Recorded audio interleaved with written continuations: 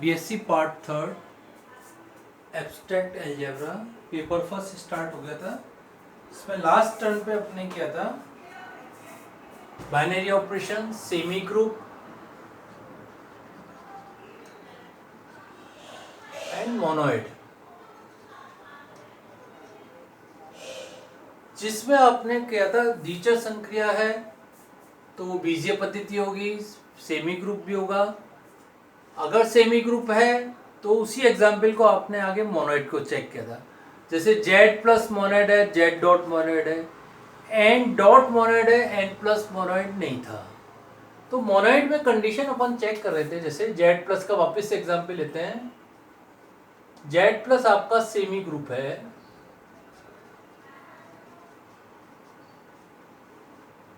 जिसके लिए आपने निकाला था, जैसे जेड के अवयव ले लिए -4 -5, पहले प्लस के सारे ले लिए 1। सब में क्या जोड़े कि वही अवयव आ जाए। इन सब में जोड़ने का मतलब क्या है, जो बाइनरी ऑपरेशन दिया हुआ है यहाँ जोड़ के संक्रिया है, इनमें क्या जोड़े कि 1 2 3 4 -4 -5 आ जाए, -5 आ जाए। क्या हो सकता है? 0। केवल 0 एक ऐसा अवयव है जिसको जोड़ने पर वही अवयव आ रहा है, यानी 0 योग संख्या का यहाँ पर तत्समक अवयव है। 0 एलिमेंट ऑफ Z योग संख्या का तत्समक अवयव है।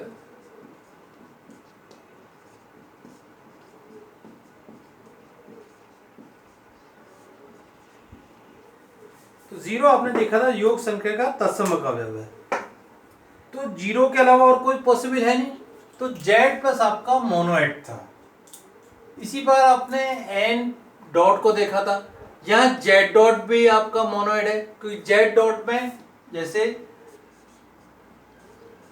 Z डॉट भी सेमी ग्रुप है। 1 2 3 4 में या -1 -2 में क्या गुणा करें कि वही अवयव आ जाए। गुणा क्यों करें? क्योंकि अब की बार संक्रिया माइनस की, ये गुणा की दे रखी है। सब में एक ही अवयव है 1, तो Z डॉट में तत्समक अवयव 1 है। यहां देखा था 0 है, तो 1 आपका तत्समक अवयव है यहां पर, तो Z डॉट भी आपका मोनोइड है। अब मोनोइड की अपन डेफिनेशन लिखते हैं। जैसे देखिए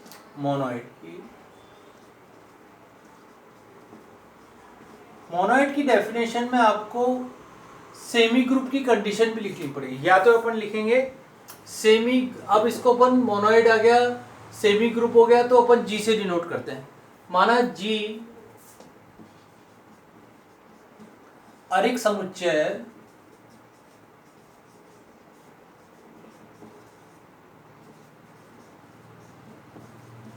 तथा स्टार बीजीय द्विचर संक्रिया है,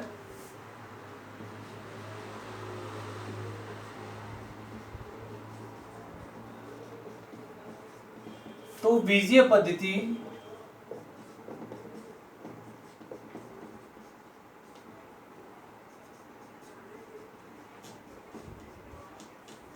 G स्टार मोनोइड कहलाएगा।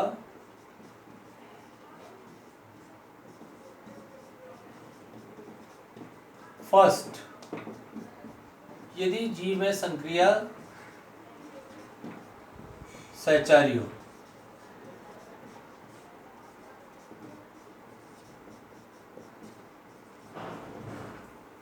सेकंड, एक लाइन छोड़ दीजिए। सेकंड, यदि G में संक्रिया के लिए तत्समक अवयव विद्यमान हो। यदि G में संक्रिया के लिए तत्समक अवयव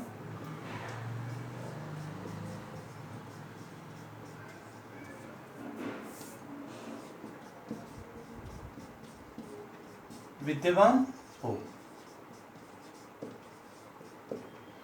अब G में संक्रिया सहचारी, मान लिया ABC एलिमेंट ऑफ G का ले लीजिए, तो अपन ने लिखा था A star B star c बराबर आना चाहिए ए स्टार बी स्टार सी। अब जी में संख्या के लिए तत्समक अवयव विद्यमान हो, यहाँ जैसे तत्समक अवयव 1 माना था और संख्या डॉट डॉट की लगाई थी, यहाँ आपने तत्समक अवयव 0 आ गया था और संक्रिया आपकी प्लस की थी, तो 1 2 3 की जगह तो ए ले लें और मान लीजिए 0 की जगह तत्समक अवयव को ई से डिफाइन कर दें, तो ए स्टार ई का मान क्या आना चाहिए, जैसे 1 में 0 जोड़ा तो 1 आ गया, यानी वही अवयव आना चाहिए। ई तत्समक अवयव है तो यहाँ पर क्या आना चाहिए, ए बराबर आना चाहिए ई स्टार ए। तो ई आपका एलिमेंट ऑफ जी तत्समक अवयव है।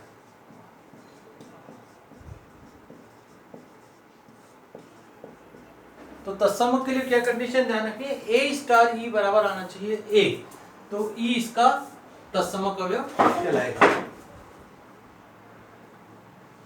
तो ये इस प्रकार मोनोइड की डेफिनेशन हुई। अब जिस एग्जाम्पल में सेमी ग्रुप है, मोनोइड है, नेक्स्ट उसके लिए अपन चेक करेंगे ग्रुप के लिए कि उसमें प्रत्येक अवयव का प्रतिलोम भी विद्यमान है कि नहीं।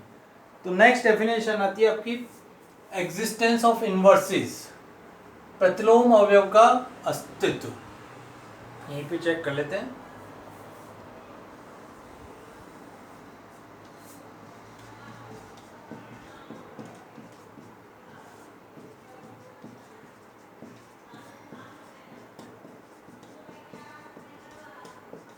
या अपन इसको लास्ट में लेंगे ग्रुप की डेफिनेशन में। तीनों कंडीशन आनी चाहिए, 1 2 और तीसरी कंडीशन आनी चाहिए प्रतिलोम अवयव का अस्तित्व, तो वो ग्रुप बनेगा। तो ग्रुप बनाने के लिए आपको सबसे पहले द्विचर संक्रिया होनी चाहिए, संक्रिया सहचारी होनी चाहिए और जी में तत्समक अवयव विद्यमान होना चाहिए, तब उसका अपन इनवर्स निकालेंगे। जैसे अपन z डॉट पे सेट कीजिए, सबसे पहले z डॉट मोनोइड है तो इसको चेक कर सकते हैं। अब ग्रुप है कि नहीं वो अपन चेक करेंगे। z डॉट मोनोइड है, ग्रुप का एग्जांपल चेक कर रहे हैं। जैसे z डॉट में गुणन संख्या के लिए तत्समक अवयव क्या है, तत्समक अवयव 1 है।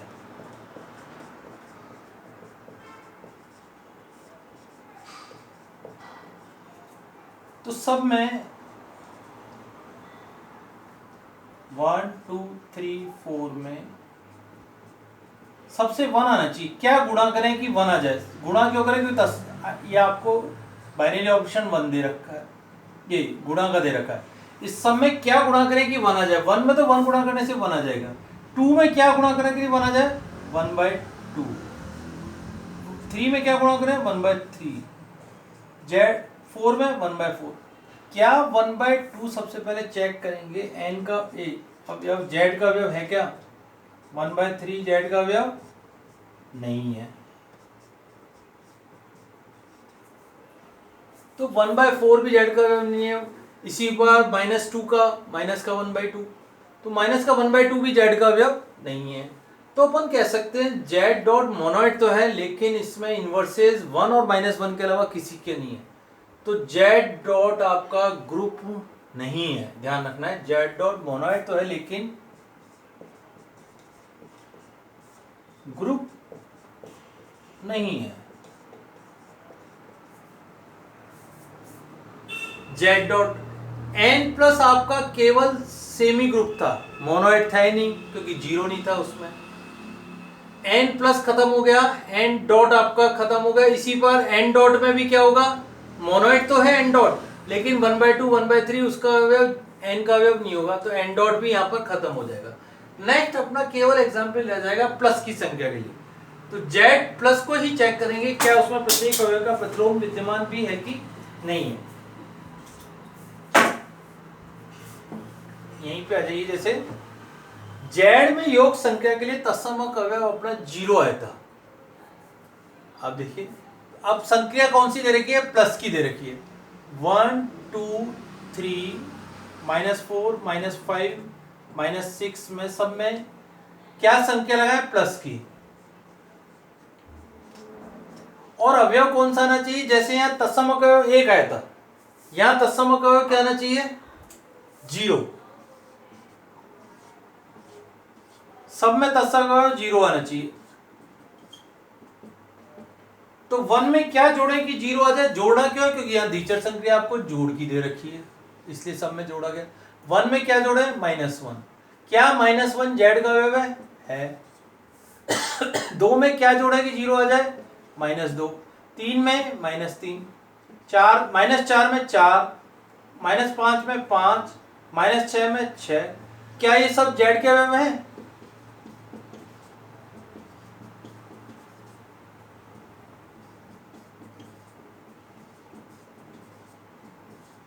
तो इस प्रकार आप देख रहे हैं जेड के प्रत्येक अवयव का प्रतिलोम विद्यमान है। कैसे? -6 का 6 हो गया, 7 का -7 हो जाएगा। तो प्रत्येक का प्रतिलोम क्या है? -a का प्रतिलोम -a जेड में है तो -a भी जेड में होगा। तो अपन ने कहा देखा जेड में प्रत्येक अवयव का प्रतिलोम विद्यमान है। तो प्रतिलोम के लिए कंडीशन है जब भी वो ग्रुप बनेगा जब सभी अवयव का प्रतिलोम भी उस संख्या के लिए उसमें विद्यमान हो। तो आपने इस आधार पे कहा जेड प्लस ग्रुप है, तो अपन कहेंगे जेड प्लस ग्रुप है। ग्रुप का उदाहरण है जेड प्लस। अब प्लस की संख्या के लिए जेड प्लस आपका ग्रुप है जिसमें आइडेंटिटी आ गई, प्रत्येक अवयव का प्रतिलोम आ गया, साचरता आ गया, द्विचर संक्रिया आ गई, सभी चीजें विद्यमान है इसमें। अब जब जेड प्लस ग्रुप है तो आप कह सकते हैं क्यू, आर और सी ये सब भी ग्रुप होंगे। यहां पे लिख लेते हैं जैसे एक आपको कंडीशन बताई थी शुरू में, Z subset of Q, Q subset of R, R subset of C. अगर जेड प्लस ग्रुप है तो क्यू प्लस ग्रुप है, क्यू प्लस ग्रुप है, आर प्लस ग्रुप है, सी प्लस ग्रुप है। ये चारों ही आपके ग्रुप के उदाहरण बन गए।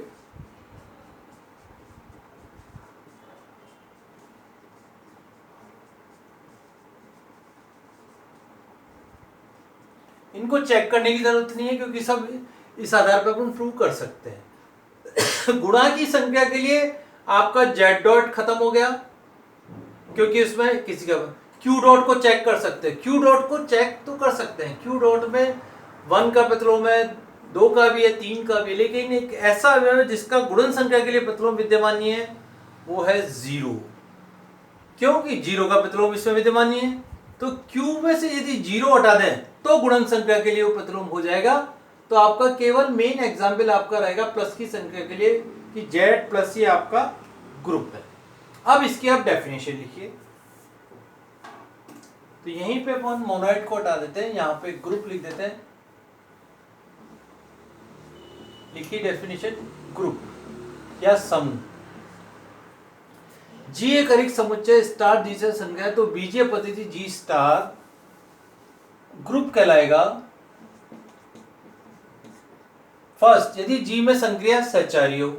सेकंड, यदि जी में संक्रिया के लिए तत्समक अवयव विद्यमान हो, अर्थात ए स्टार ई बराबर ए बराबर ई स्टार है, ई एलिमेंट ऑफ जी। तीसरी कंडीशन आ जाएगी ग्रुप जी के प्रत्येक अवयव का प्रतिलोम भी जी में विद्यमान होना चाहिए।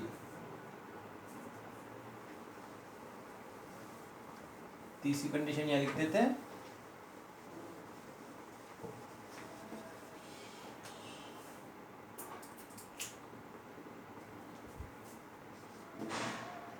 ग्रुप जी के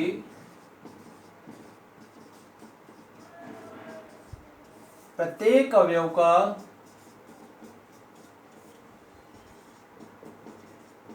प्रतिलोम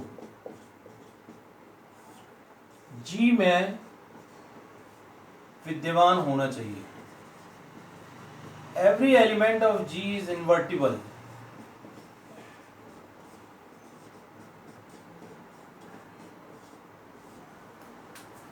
इसको आप इस तरह से लिखेंगे, मान लिया बी ए का प्रतिलोम है तो ए स्टार बी का मान क्या लिखा था, जैसे अपन ने सब में देखा था तत्समक अवयव आना चाहिए। यहां तत्समक अवयव ई माना है तो ई आना चाहिए, बराबर b star a which implies आपने कहा बी बराबर ए इनवर्स। तो तो जी के प्रत्येक अवयव का प्रतिलोम जी में विद्यमान होते हैं। तो ये 3 कंडीशन यदि है तो वो ग्रुप बनेगा। उदाहरण आपके ये चारों हैं, Z plus example Z plus Q plus C plus and R plus, ये चारों ही ग्रुप के एग्जाम्पल हैं, Z Q R and C। तो ग्रुप के उदाहरण के लिए अपना इस तरह का नेक्स्ट डेफिनेशन आती है अबेलियन ग्रुप। इसी में आगे चलेंगे। अब अपने को केवल जो ग्रुप है उसी को चेक करेंगे। तो ग्रुप में केवल प्लस की संख्या के लिए ग्रुप आए हैं तो अबेलियन भी इसी के लिए चेक करेंगे। जैसे अबेलियन ग्रुप को चेक, यहाँ कंडीशन लिख लेते हैं। तो अबेलियन ग्रुप के लिए ग्रुप तो होना ही चाहिए। अब मान लो ग्रुप की डेफिनेशन एक लाइन में लिखनी हो तो अपन ऐसे भी लिख सकते हैं, मोनोइड ग्रुप जी कहलाएगा यदि जी के का प्रतिलोम जी में विद्यमान हो। अब आप चेक कर रहे हैं अबेलियन ग्रुप। नेक्स्ट लीजिए।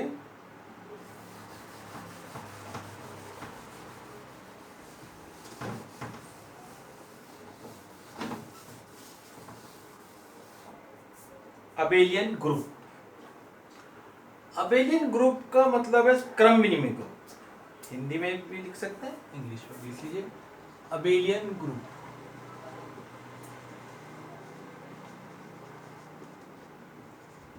क्रम विनिमय, नाम से समझ में आ रहा है क्रम।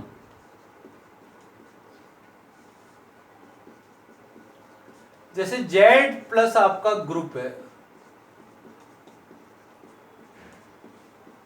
इसके कोई दो अवयव का अपन ने पेयर लिया, जैसे 2 3 लिया मान लीजिए, क्या ये इसके लिए सेटिस्फाई होगा?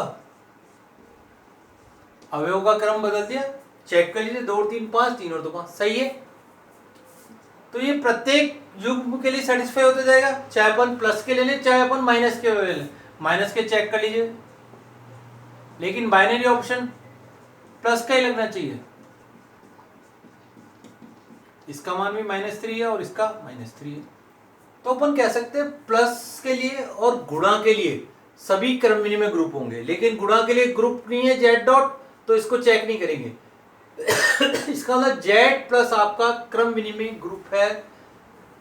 और भी एग्जाम्पल प्लस के लिए चेक कर सकते हैं, Q plus Z Q R C सभी अबेलियन ग्रुप है प्लस की संख्या के लिए। Z plus Q plus R plus और C प्लस अबेलियन ग्रुप। अब Z Q R C चारों ही आपके इनफाइनाइट भी है, सेट है, तो आप कह सकते हैं ये इनफाइनाइट अबेलियन ग्रुप के उदाहरण है। इनफाइनाइट अबेलियन ग्रुप, अपरिमित। तो Z Q R C। अब नेक्स्ट आता है order of A group, group का ग्रुपांक। नेक्स्ट डेफिनेशन है आपकी ग्रुप का ग्रुपांक। ग्रुप का ग्रुपांक है ग्रुप में उपस्थित अवयवों की संख्या ग्रुप का ग्रुपांक कहलाएगा। यदि G आपका फाइनाइट है तो वो परिमित ग्रुप कहलाएगा और उसका ग्रुपांक परिमित होगा, और इनफाइनाइट है तो इनफाइनाइट कहलाएगा ग्रुप का ग्रुपांक। तो इस तरह उदाहरण आपने देखे इनफाइनाइट अबेलियन ग्रुप के, फाइनाइट अबेलियन ग्रुप के अभी उदाहरण आपको बताएंगे। इनफाइनाइट की अपने इस तरह से देखिए। नेक्स्ट एग्जांपल लेते हैं अभी फाइनाइट अबेलियन ग्रुप का।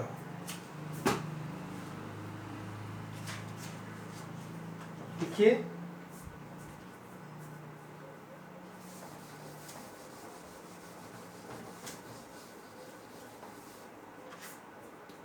क्वेश्चन दिया है जैसे फॉर फाइनाइट अबेलियन ग्रुप,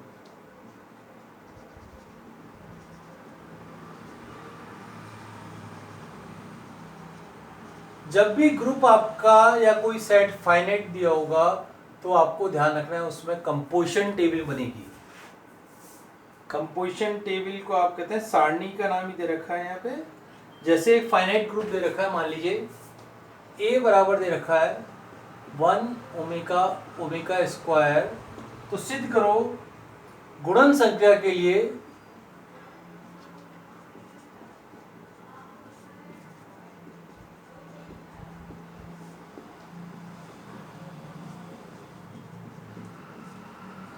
के लिए ये एक ग्रुप है। अबेलियन ग्रुप की डेफिनेशन रह गई है, अभी बताते हैं आपको।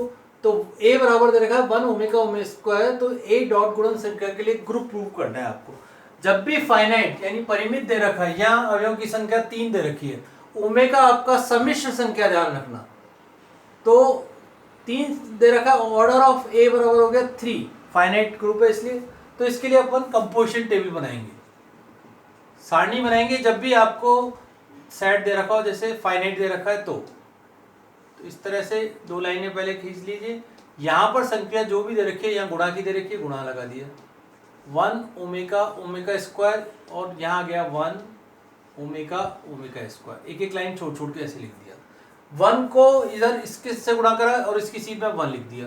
1 को ओमेगा से गुणा किया, ओमेगा ओमेगा स्क्वायर, 1 को ओमेगा स्क्वायर से किया। नेक्स्ट ओमेगा को इस रो से मल्टीप्लाई कर दीजिए, omega into 1 omega, omega into omega omega square, omega into omega square omega cube, उसका मान हो गया 1। इसी पर नेक्स्ट रो आ गई, ओमेगा स्क्वायर को इससे मल्टीप्लाई कर दिया, ओमेगा क्यूब 1, ओमेगा 4 का मान ओमेगा आ गया। तो सबसे पहले अपन ने ये कंपोजिशन टेबल बना ली। नेक्स्ट सबसे पहले हेडिंग आएगा दीचर संक्रिया।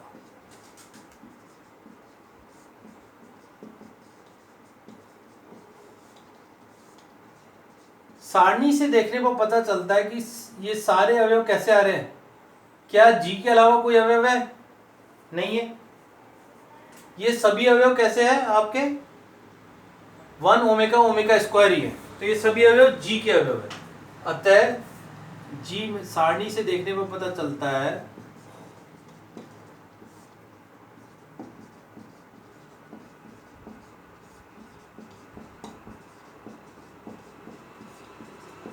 सभी जी के अवयव हैं, अतः जी में संक्रिया दीचर संक्रिया है।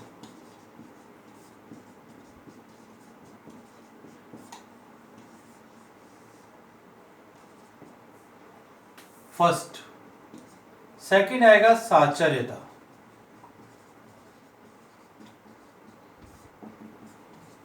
सम्मिश्र संख्याएं A सबसेट ऑफ G, सम्मिश्र संख्याएं A सबसेट ऑफ C, सम्मिश्र संख्याएं गुणन संक्रिया के लिए हमेशा सहचारी होती है, अतः G में संक्रिया भी सहचारी होगी। एक ही लाइन लिखनी है अपने को सिंपल इसमें, सम्मिश्र संख्याएं A सबसेट ऑफ C, सम्मिश्र संख्याएं गुणन संक्रिया के लिए हमेशा सहचारी होती हैं, अतः जी में भी संक्रिया या गुणन संक्रिया सहचारी है। थर्ड, तत्समक अवयव का अस्तित्व।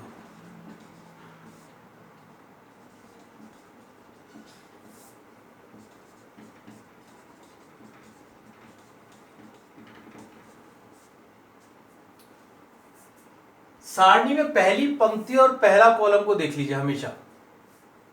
पहली पंक्ति और पहला कॉलम है आपका 1, तो ये इसका तत्समक होगा। 1 एलिमेंट ऑफ ए संक्रिया का या जी में ए में तत्समक अवयव।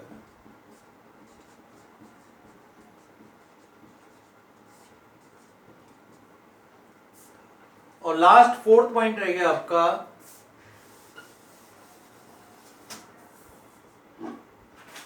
प्रतिलोम का अस्तित्व।